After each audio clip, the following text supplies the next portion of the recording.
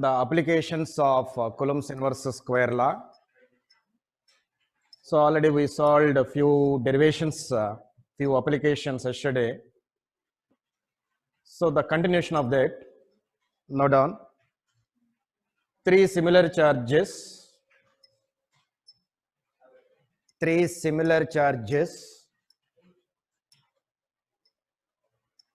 are placed,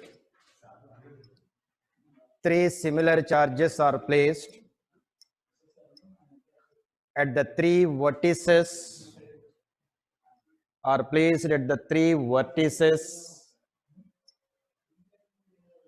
of an equilateral triangle. Three vertices of an equilateral triangle. Full stop. The net force acting on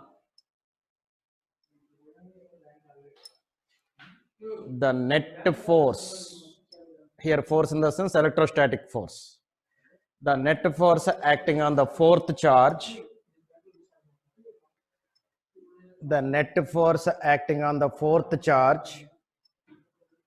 which is placed at the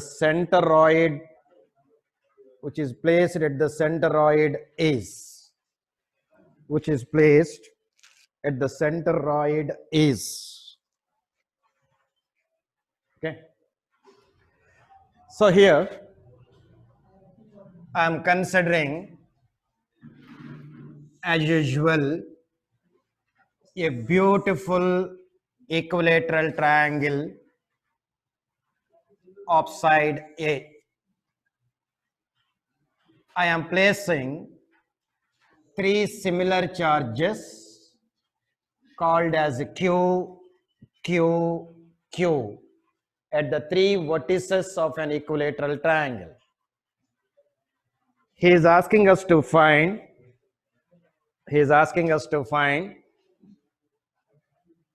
what will be the net force acting at the centroid. So here, point of intersection of all the medians, we can call it as a centroid.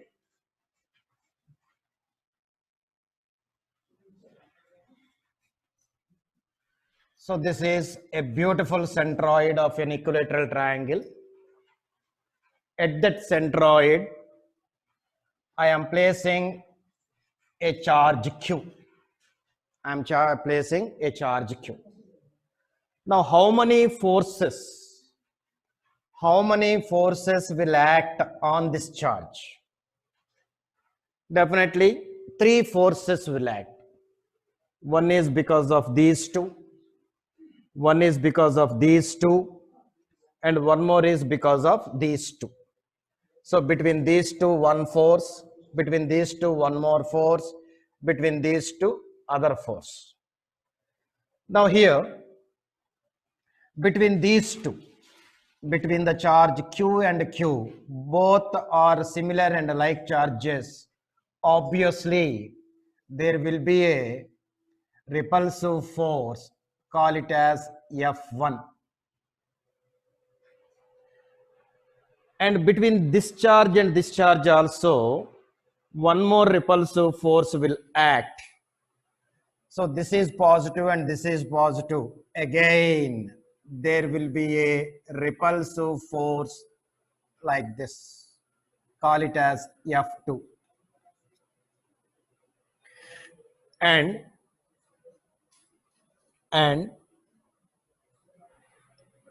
between this and this, between this charge and this charge, again these two are like charges. So here also there will be a repulsive force, call it as F3. Hare,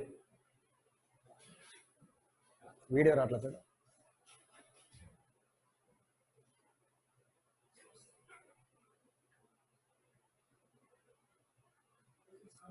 Okay. So here also there is a repulsive force F3. Now, whatever the force you take, either you take between these two, or you take between these two, or you take between these two. As we know, the centroid will be equidistant to all the corners because of it is an equilateral triangle.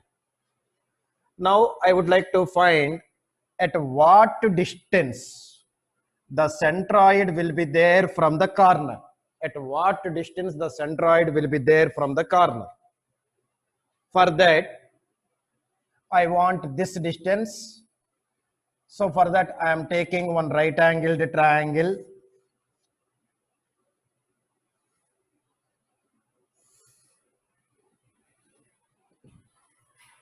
This is one right angle triangle. E triangle I am taking. Now, this is A. Since this is the midpoint, this will be A by 2. This will be A by 2.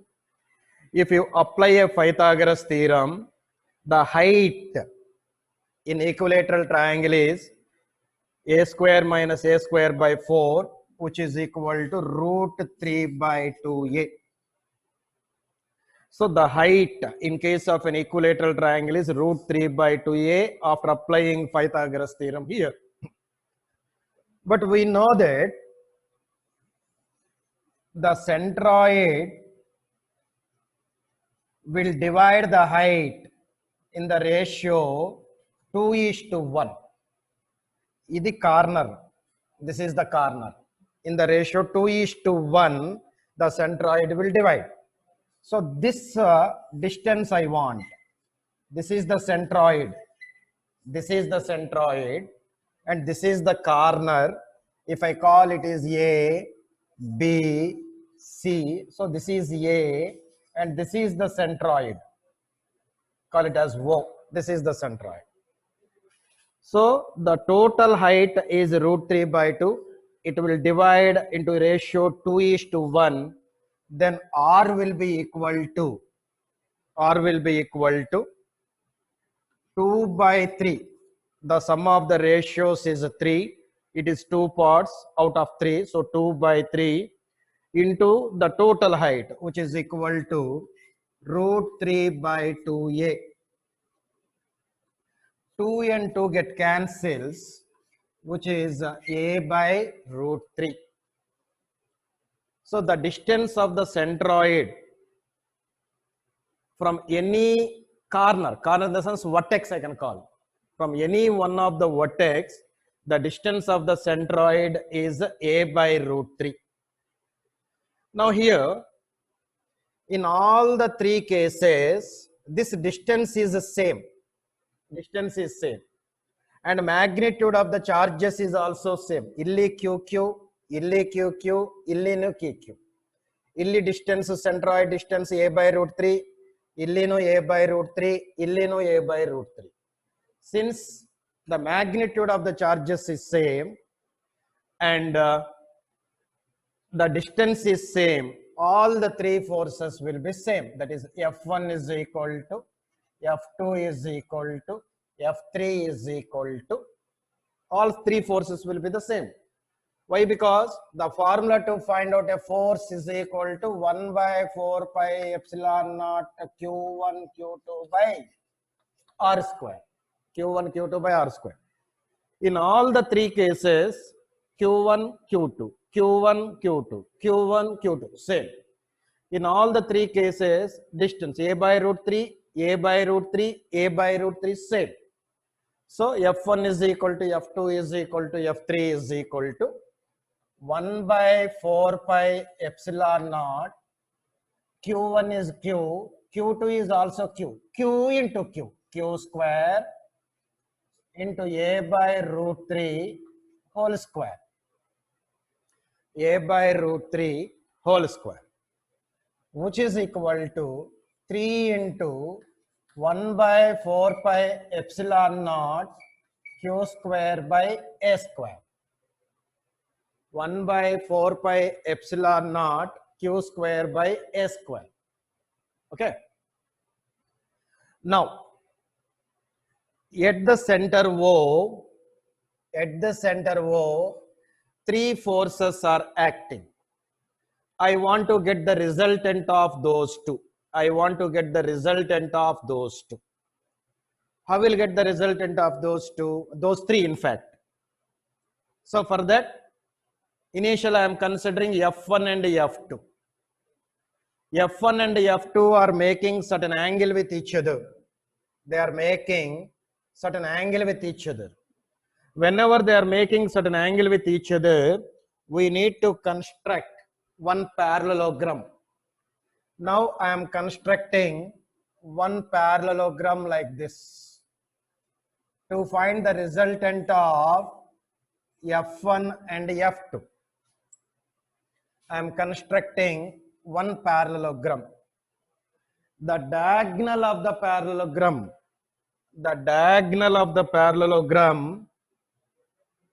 will give the resultant F. The diagonal of the parallelogram will give the resultant F. What is F here? F is the resultant of F1 and F2. F is the resultant of F1 and F2. Now, F is equal to, apply a parallelogram law, F1 square plus F2 square plus 2F1 F2 cos theta under root, where F1 is equal to F2. Very good. So F1 square plus F1 square plus 2F1 square, F1 into F1 square theta. What is theta here? Angle between these two. Angle between these two. What will be the angle between these two here? Why? Because it is equilateral triangle. This median will divide the equilateral angle exactly off. Andre, this is 30. This is 30. So this angle will be 120. If this angle is 120, this angle will be also 120. Vertically opposite angle. So the value of theta is equal to 120 now. Cos 120 under root. Cos 120 is minus 1 by 2. So 2 and 2 get cancels. Here we will get minus F1 square. ಇಲ್ಲಿ plus F1 square. Both will get cancelled. Then F is equal to F1. F is equal to F1. That means at the centroid, now only two forces are acting. One is F1, that is F. This E force, F1. Other one is F3.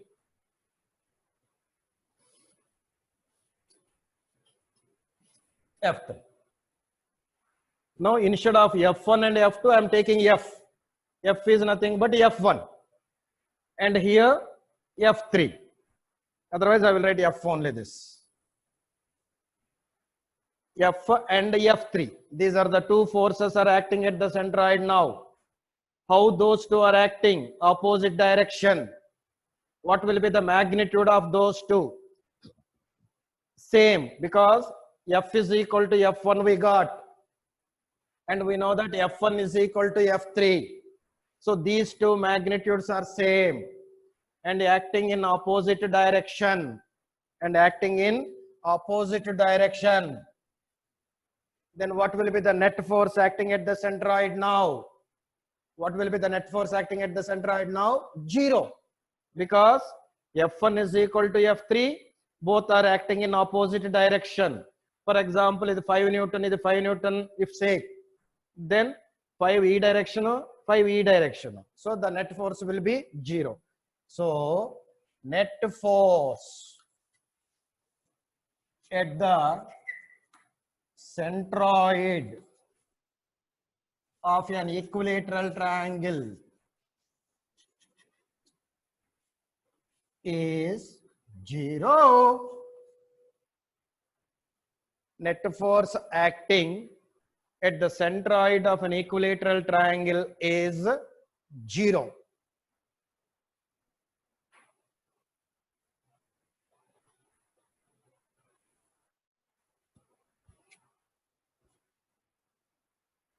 Next, today we'll finish off these charges. Monday onwards or Tuesday onwards, we'll go with electric field. Next one. 4 similar charges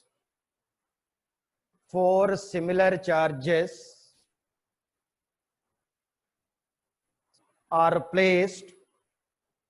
4 similar charges are placed at the 4 corners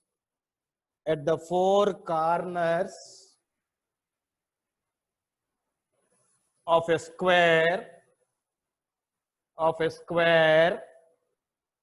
of side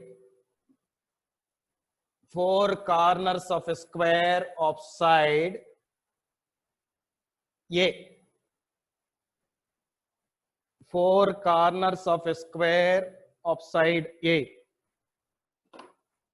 Full stop. The net force acting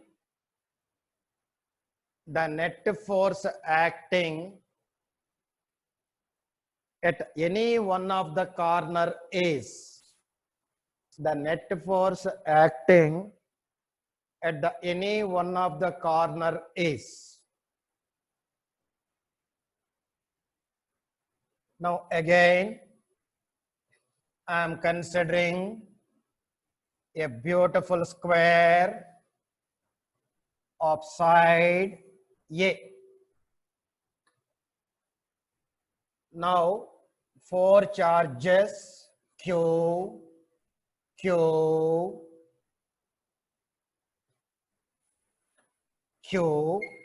are placed at the 4 corners of a square. The net force acting on any one of the corner of a square. So I am considering this is the one corner. I want to find what is the net force acting at this corner. How many forces will act? Between these two, one force will act. Between these two, one more force will act. Between these two, one more force will act. Okay. Now, initially, first I am considering these two. Between these two, force will act. What type of force? Repulsive force, because like charges, Q and Q. So, in this direction, the F1 will act. What is F1 here? F1 is equal to 1 by 4 pi epsilon naught. This Q1, this Q2. Q into Q square divided by of side A square. Okay. Now, one more force. Between these two, one more force will act.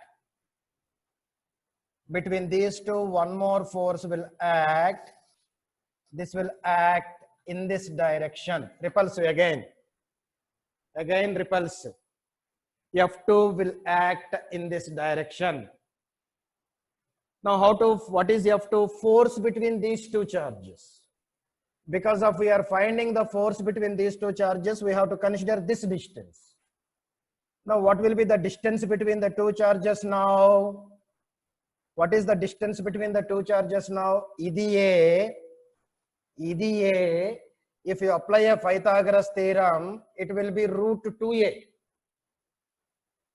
Now, F2 is equal to 1 by 4 pi epsilon naught Q square by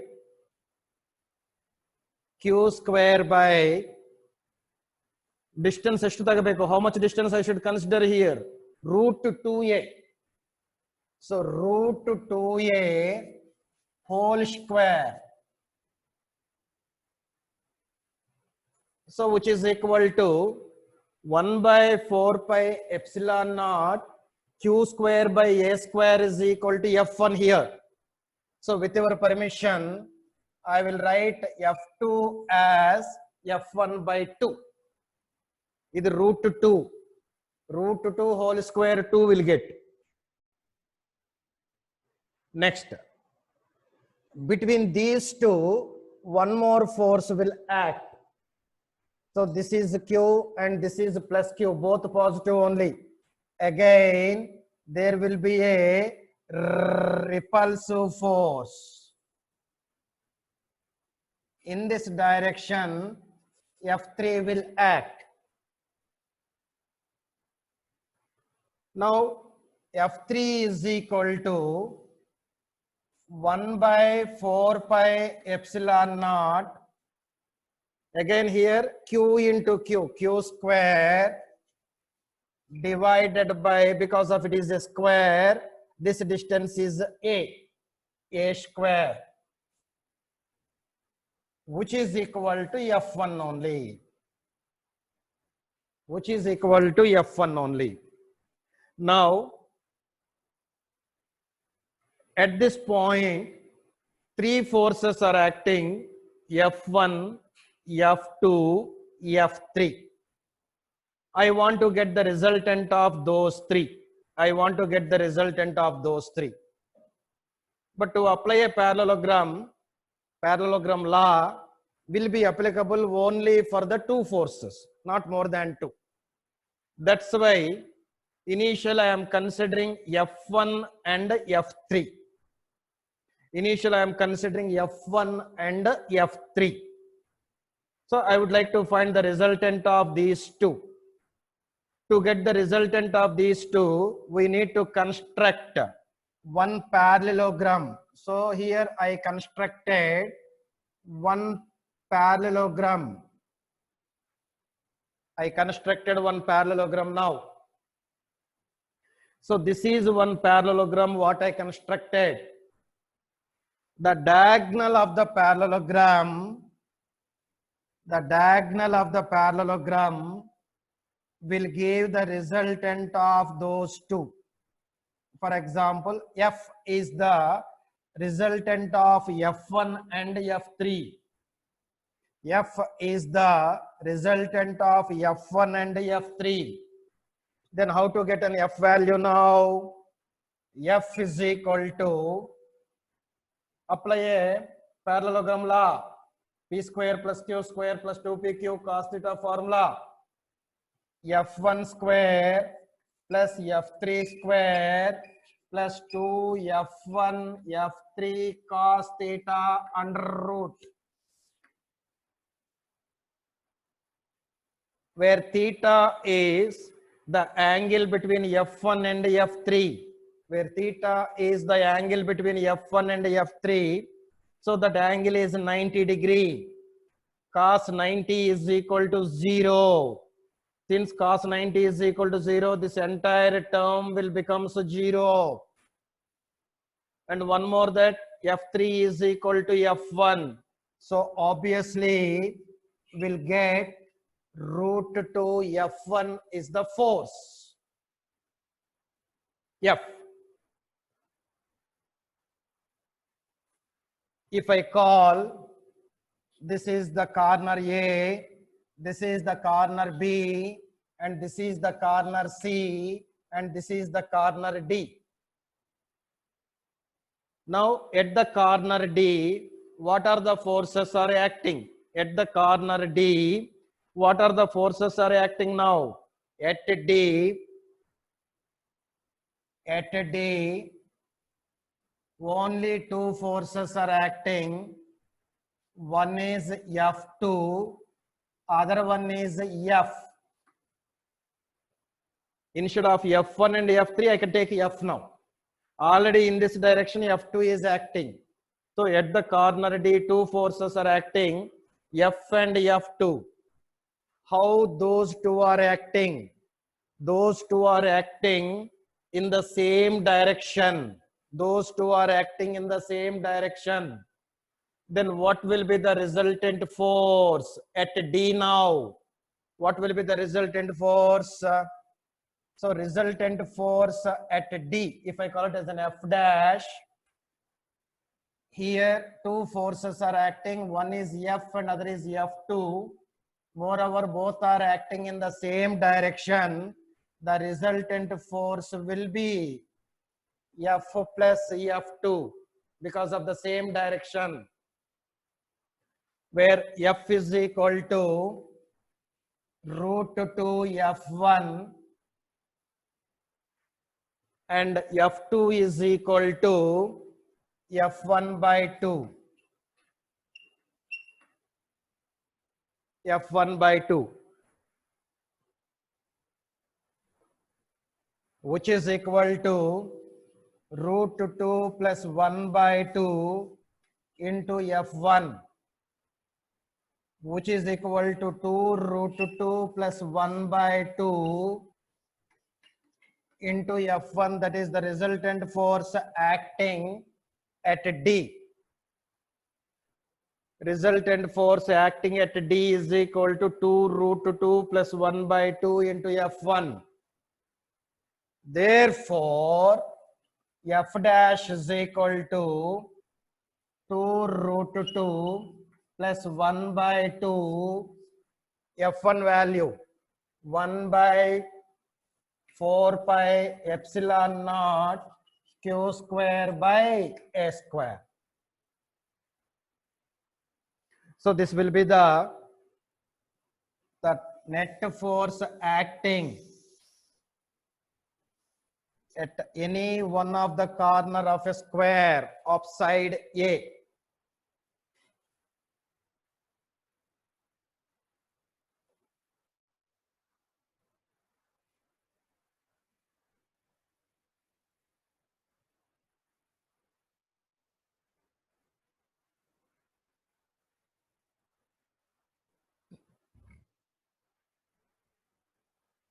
Here, this procedure will be followed. Listen, this procedure will be followed if both F1 and F3 are same.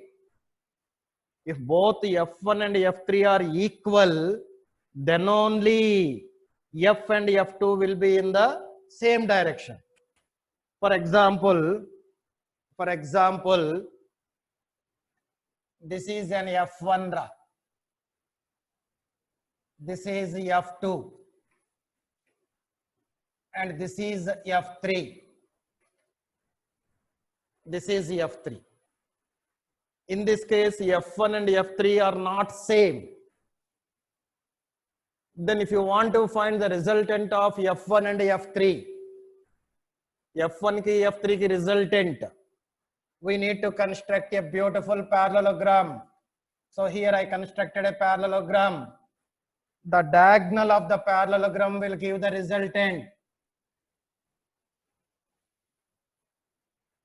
The diagonal of the parallelogram will give the resultant. So in this direction, the F will act. Okay. So if you want to find the net force here, F and F2 are not in the same direction here.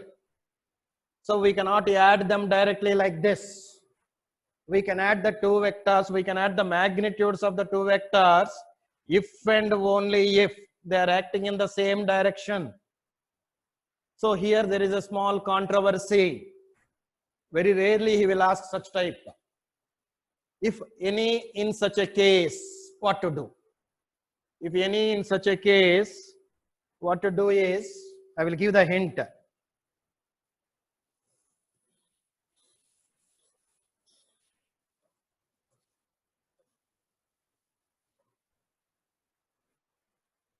So this is along the diagonal only. So this angle is 45 degrees only, because the angle between these two is 90. It is 45 degrees. This F2 has to be resolved into two components now. Yenga divide martirappa. First this will be resolved. So in this direction, F2 cos 45 will be there. If I resolving this into two parts. In this direction, F2 sin 45 is there. So now the diagram will becomes like this. F1, F2 cos 45 are acting in the same direction. F3 and F2 sin 45 are acting in the same direction. First we should add these two. Then after we should add these two. Then after this and this are perpendicular. For example,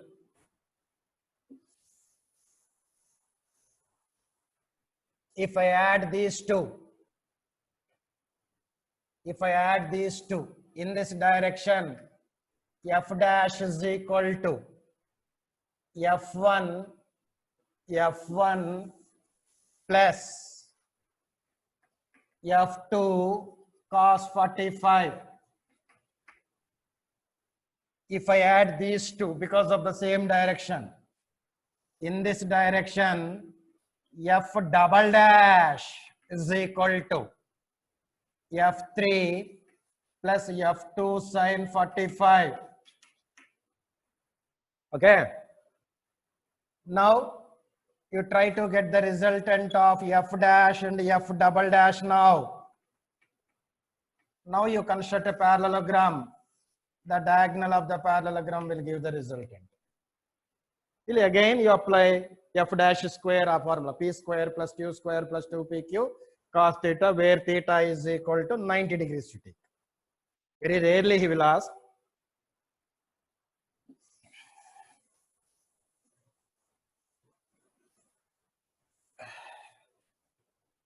Next.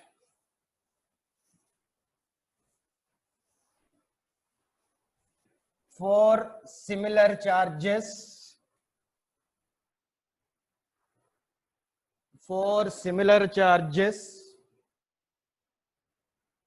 are placed at the four corners of a square of side A.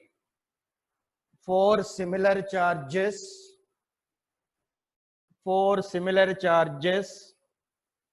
are placed at the four corners of a square of side A. Four corners of the square of side A. Full stop. The net force acting on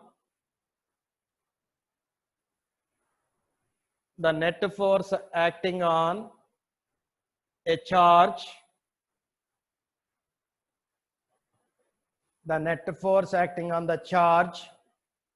which is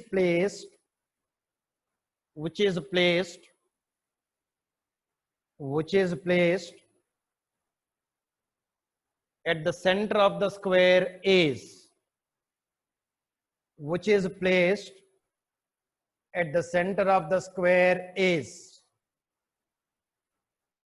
see this, it is as simple as this is one beautiful square what I am considering.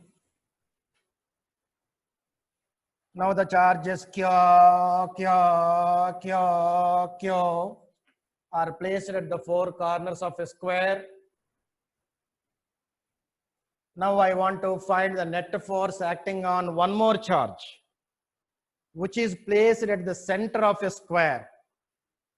Center of a square is nothing but it is the point of intersection of the diagonals. It is the point of intersection of the diagonals.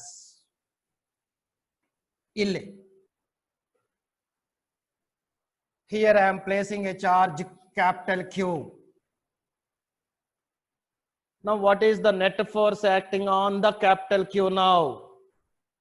What is the net force acting on the capital Q now? Now see here. How many forces will act on this? Four forces will act. One is between these two. Second one is between these two. Third one is between these two. Fourth one is between these two. Like that, four forces will act. And here this is positive and this is positive. So F1 will act in this direction. Very good. F1 will act in this direction. Repulsive force. Illinu ashte. This is positive and this is positive. Repulsive force again. F2 will act in this direction. Idi positive. Again, the repulsive force will act, call it as F3. This is positive and this is positive. Again, repulsive force. F4 will act like this. Very good. Like that. F1, F2, F3, F4 are acting like this.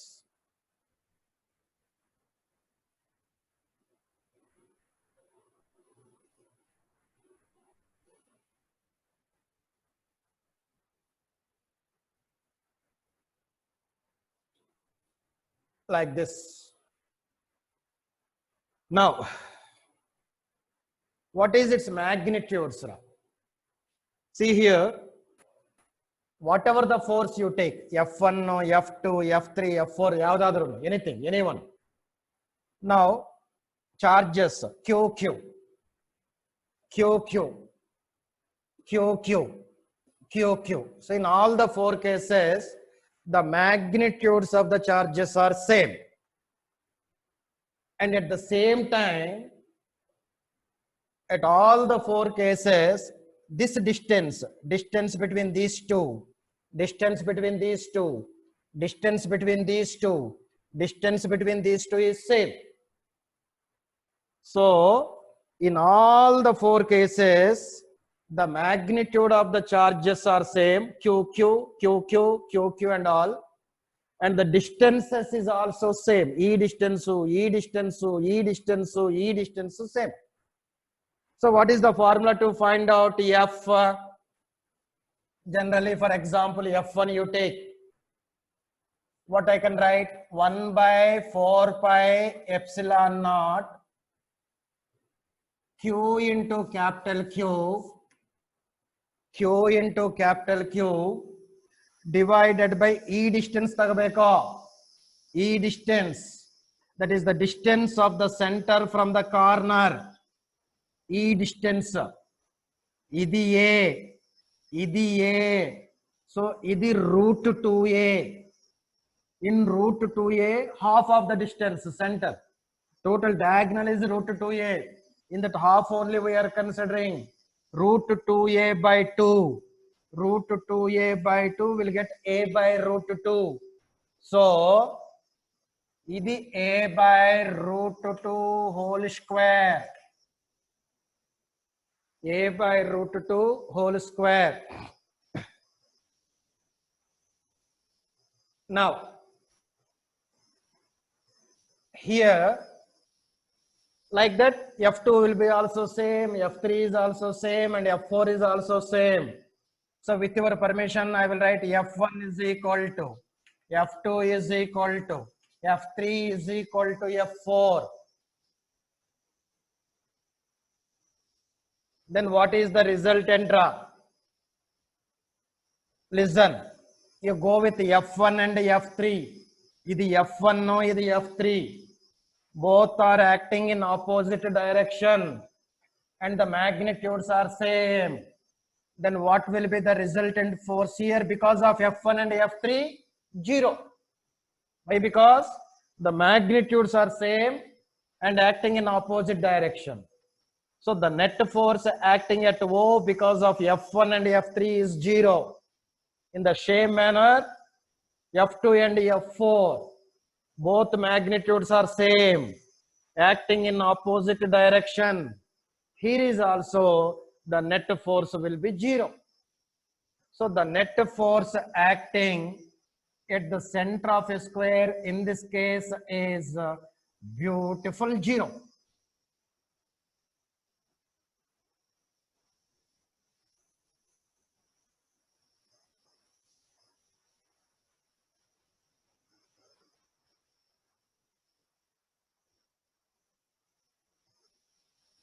Okay. Next one. Next one.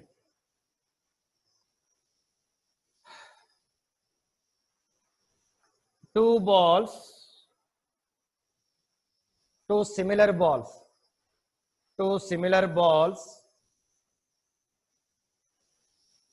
having a mass m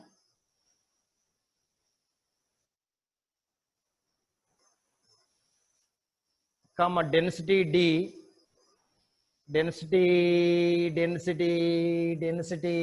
sigma, you write density sigma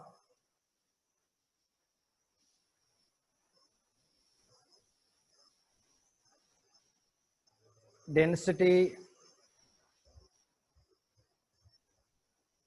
two similar balls having a mass m and density sigma and charge q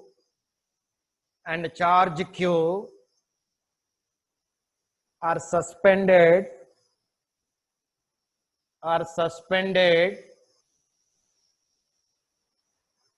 to a rigid support, with the help of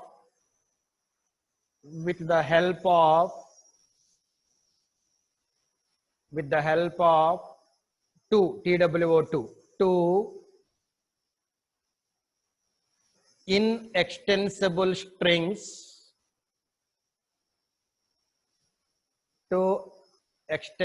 strings, extensible strings, full stop. After certain time,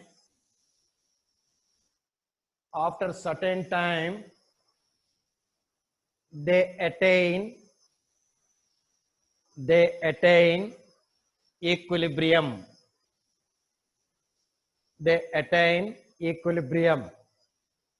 Full stop. Now the same setup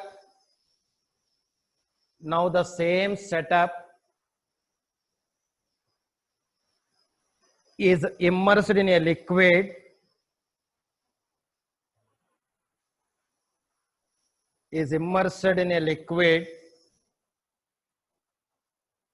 of dielectric constant K,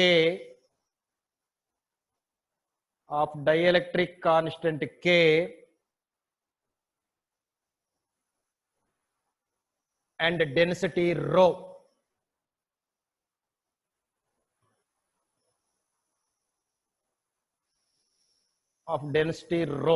Full stop. In this process,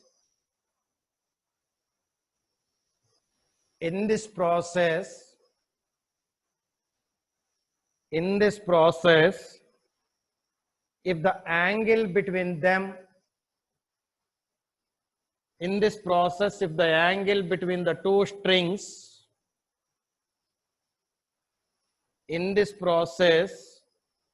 if the angle between the two strings remains constant,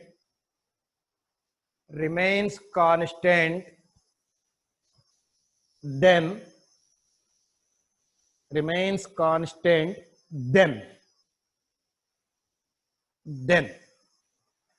so this is one important formula what we are going to derive now, that is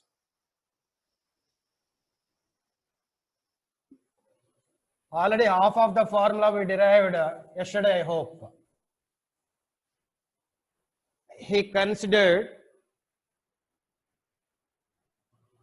two balls are suspended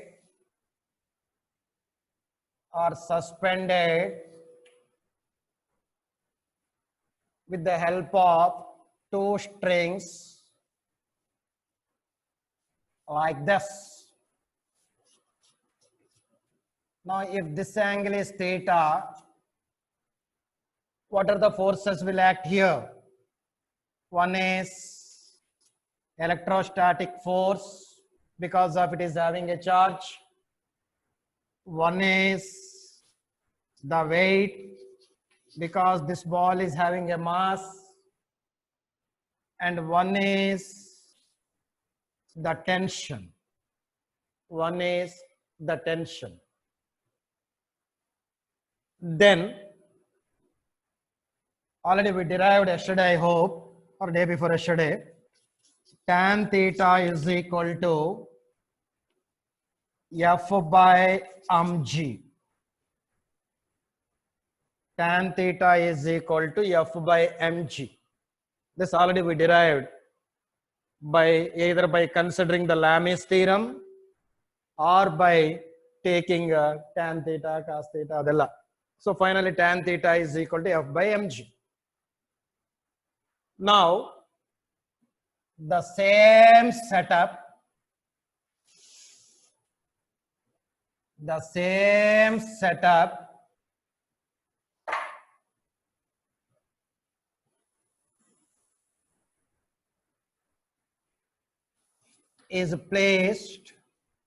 is immersed, the same setup is immersed in a liquid now. The same setup is immersed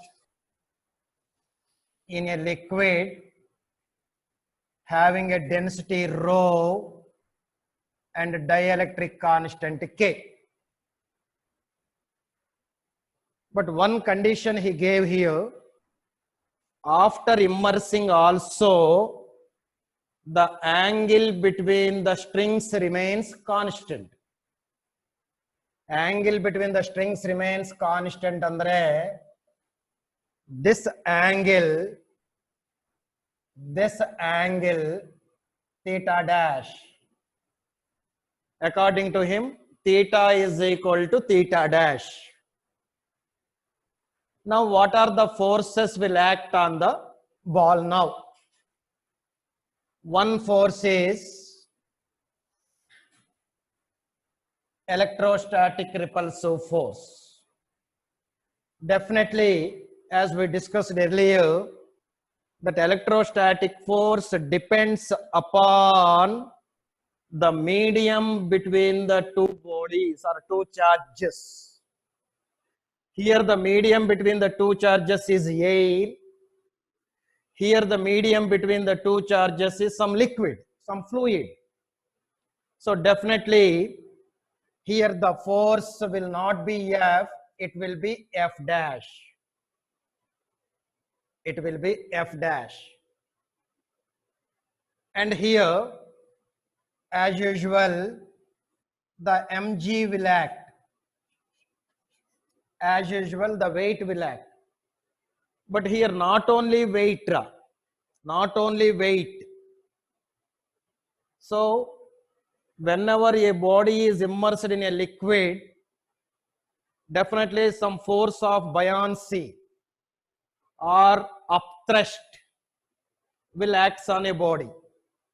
So because of that reason, the weight of the body will act downwards, and at the same time the upthrust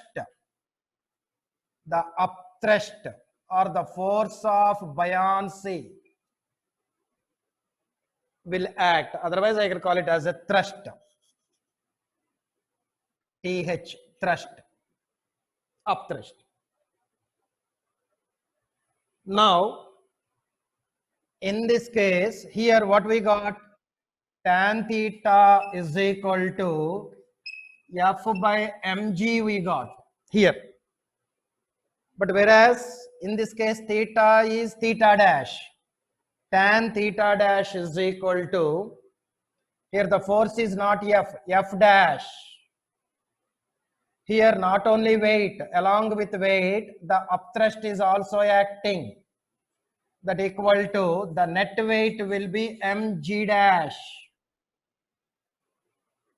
The net weight will be mg dash. From here I will write mg dash is equal to mg minus upthrust. mg minus upthrust. Upthrust under the force. Force is nothing but we can write mass into acceleration due to gravity, mass is equal to density into volume. By applying those, mg minus v, density of the liquid is rho and g, v rho g, because volume into density will give the mass. Density is equal to mass by volume. So G. What is V here? V is the volume of the bob or volume of the ball. Then this will be equal to mg minus, I want volume of the ball. Volume is equal to mass by density. Density of the ball is sigma.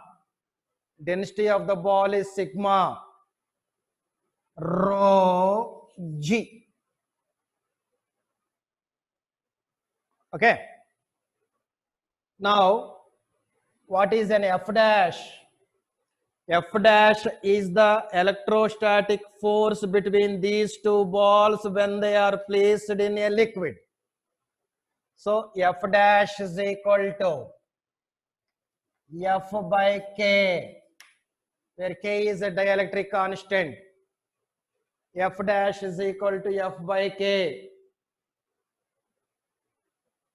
Now, tan theta dash is equal to, instead of F dash, F by K, instead of mg dash, if I take a common of mg, 1 minus rho by sigma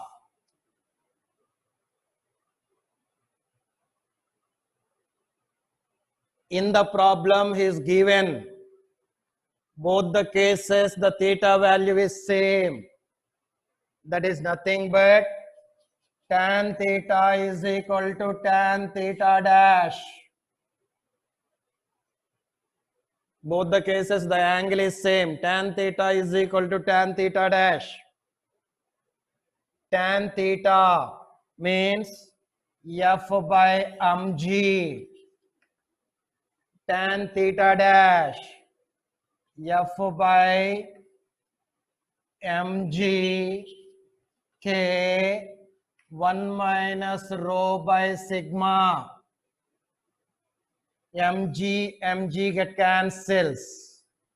F and F will get cancels. K into 1 minus rho by sigma is equal to 1. K is equal to 1 by 1 minus rho by sigma. So if you take LCM and all this nonsense, K is equal to sigma by sigma minus rho. So this is the formula to find out a dielectric constant. K is equal to sigma by sigma minus rho, where after that, where K is a dielectric constant of a liquid. K is a dielectric constant of a liquid. Rho is the density of a liquid. Rho is the density of a liquid. Sigma is the density of the body or ball. Density of the ball. K dielectric constant of a liquid. Rho density of a liquid. Sigma is the density of a ball or a body. If you are able to remember this formula, then directly you can find the k value within the fraction of a second. If you are unable to remember this formula, you have to follow this entire procedure. Okay, and again you try to remember this formula will be applicable if and only if the theta value remains same in both the cases. If theta value is differ up to here same, if theta value is differ up to here is same, then after you take the ratio of these two, tan theta by tan theta dash, and like that you can get the value by simplification. Okay, and one more small concept left in charges, that is the continuous distribution of the charge. So either Monday or Tuesday we'll discuss about that continuous distribution. Then after we'll go with electric field, and most probably today I will give the material, study material for this particular chapter, first chapter, electric charges and field. So we will send through your groups through WhatsApp. So you try to get Xerox and you try to read that. But as for PUC is concerned, what are the things in that study material? That only the syllabus.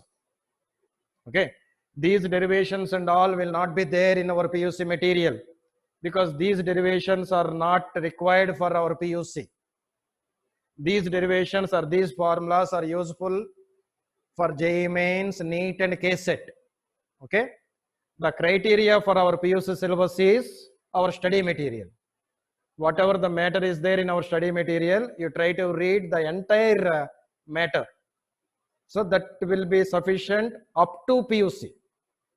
As for competitive exam is concerned, what are the derivations I am doing in the class? Those derivations you need to follow. Okay, thank you.